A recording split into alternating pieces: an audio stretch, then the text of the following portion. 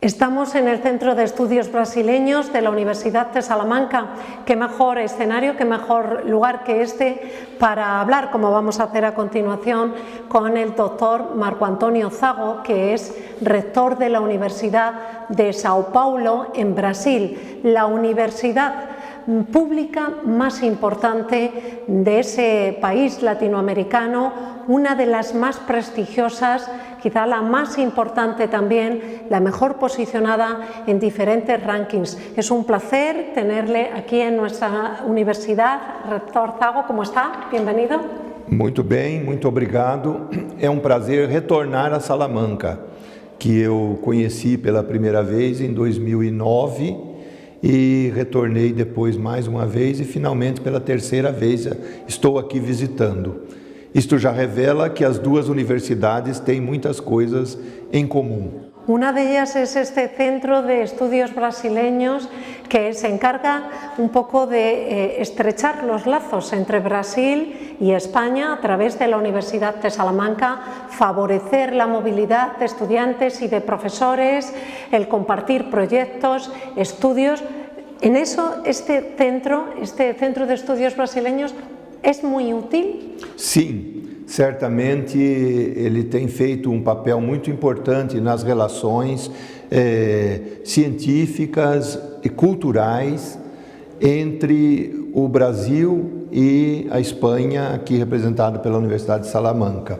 Eu conheci este centro pela primeira vez antes de ser reitor da Universidade de São Paulo, quando eu era presidente do CNPq, o Conselho Nacional de Pesquisas no Brasil, e que viemos aqui para assinar um acordo que visava trazer pesquisadores brasileiros e professores de português para o centro, para a Universidade de Salamanca.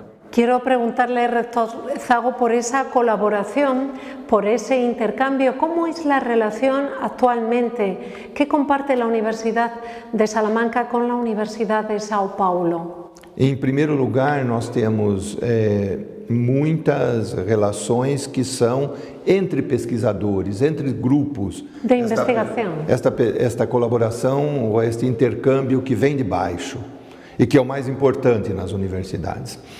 Mas, além disso, nós temos, neste momento, 8 projetos de colaboração que são financiados conjuntamente pela Universidade de Salamanca e pela Universidade de São Paulo, que derivam de chamadas feitas devido aos acordos anteriores. E agora queremos repetir isto mais uma vez, queremos mais uma rodada disto. Este é um dos motivos de eu vir aqui.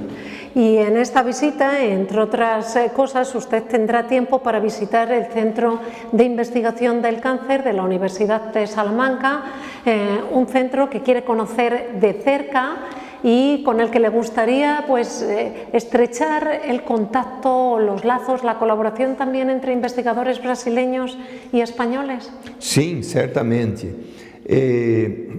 Nós temos as nossas relações mais tradicionais envolvem, primeiro, o direito. Temos muitos pesquisadores que fazem esse intercâmbio entre as duas universidades na área de direito. Hoje pela manhã me encontrei aqui o José Eduardo Cardoso, que até recentemente era o ministro da Justiça no Brasil e hoje está fazendo a sua tese de doutorado ligado à Universidade de São Paulo e está aqui visitando.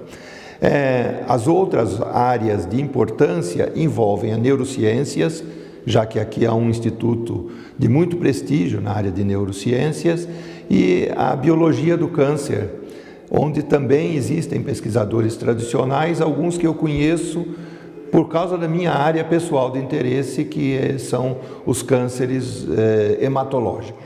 La hematología, la terapia celular es el campo al que usted se ha dedicado como investigador y como docente durante mucho tiempo. Hablábamos de la relación entre la Universidad de Salamanca y la Universidad de Sao Paulo, la universidad pública más grande de Brasil. Decíamos también una de las mejores posicionadas, destaca por sus niveles de calidad en la investigación. ¿Cuál es el secreto del éxito para que funcione y funcione bien y esté bien posicionada una universidad pública en un país como Brasil? Eu diria que os segredos são provavelmente 3. É sempre arriscado simplificar as coisas assim. Sim. Mas a primeira delas é que a Universidade de São Paulo é uma universidade que foi fundada com base na concepção da pesquisa.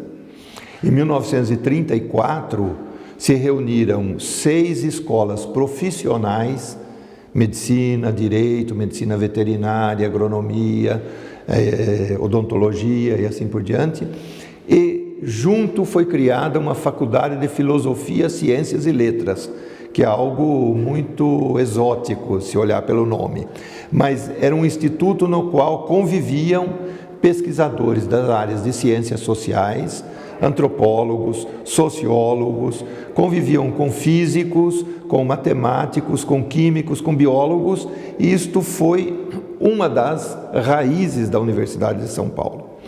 O segundo segredo é o financiamento, que é muito estável, porque ele é ligado às fontes de receita do governo do Estado de São Paulo.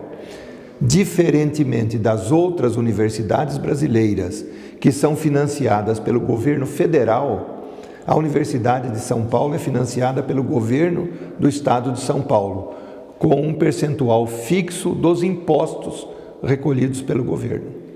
E o terceiro segredo, talvez, é que ela é uma universidade que acompanha a evolução dos seus docentes, dos seus pesquisadores, com processos de avaliação periódica.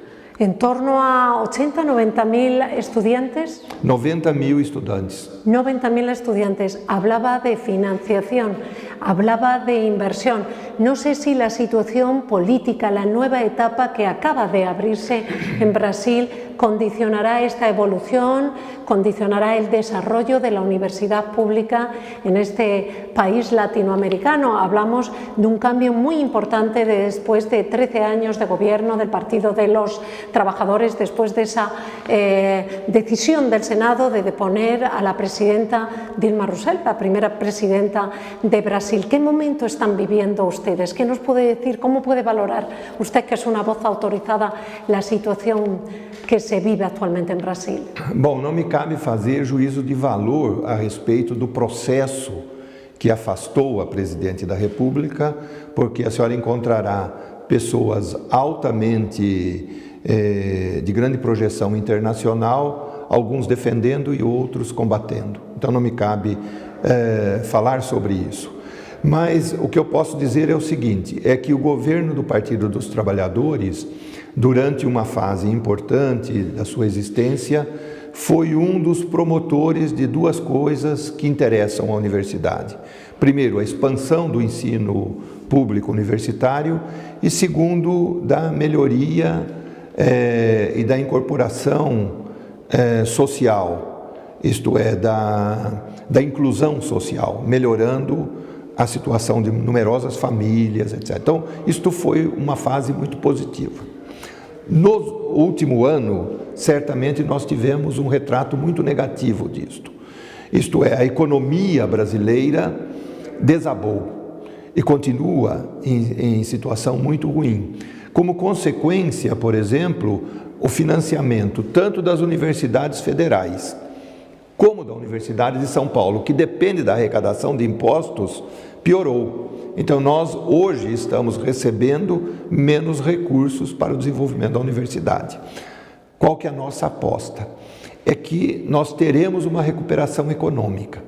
Isto parece que agora está se delineando, mas esta recuperação econômica exigia e continua exigindo estabilidade política.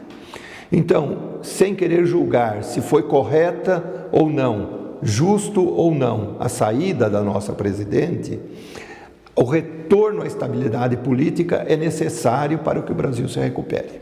Estabilidad institucional, estabilidad política, para remontar a nivel económico, para superar esa recesión y continuar con el desarrollo de la universidad. Y yo soy optimista con relación a eso. Sí.